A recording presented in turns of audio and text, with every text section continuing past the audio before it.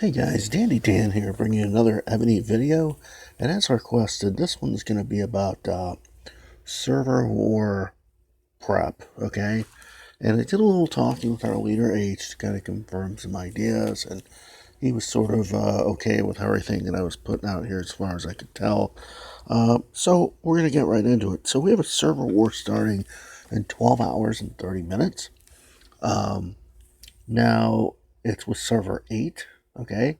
You want to be aware of when the start is because typically there's a purge at least like 2 hours before. So if people are out on tiles or whatever, your same server is going to go out and like tile hit, kill cities that aren't unbubbled. They're going to purge any opportunity because they don't want the other team to get any initial points, okay?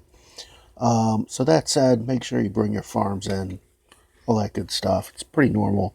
The other thing that I'll say is that this was actually H's suggestion, and it is to put a good hero on the wall. It's not really a server war thing, it's an all the time thing, but it does need mentioned, okay? So there is that. So moving on, you want to just stock up on ports and bubbles. Of course, you're going to have, some server ports. I think you get a couple. I actually have 20. I've got 3 regular ports, 33 advanced, and, bubbles, just 34 regular day bubbles and 1 8-hour, okay? So in this scenario, maybe I need a few more 8-hour bubbles. Don't really need to consider 3 days if you're active in a server war. You're not going to be doing a lot of 3-day, but if you're deciding to be inactive in a server war, then maybe you're going to go with a 1 3-day and just call it a day and bubble at the start and be done. And that's fine too. Maybe you can stock up resources.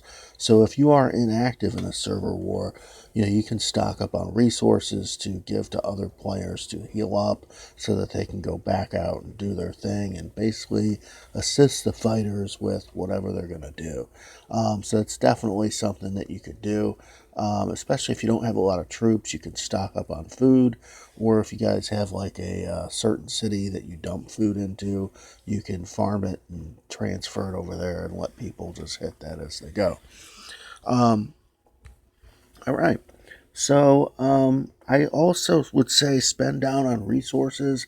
Prior to the video, I had 122 million in wood and then about 50 million apiece in iron and ore, or iron and stone rather, and then I basically had to use some food to get this done.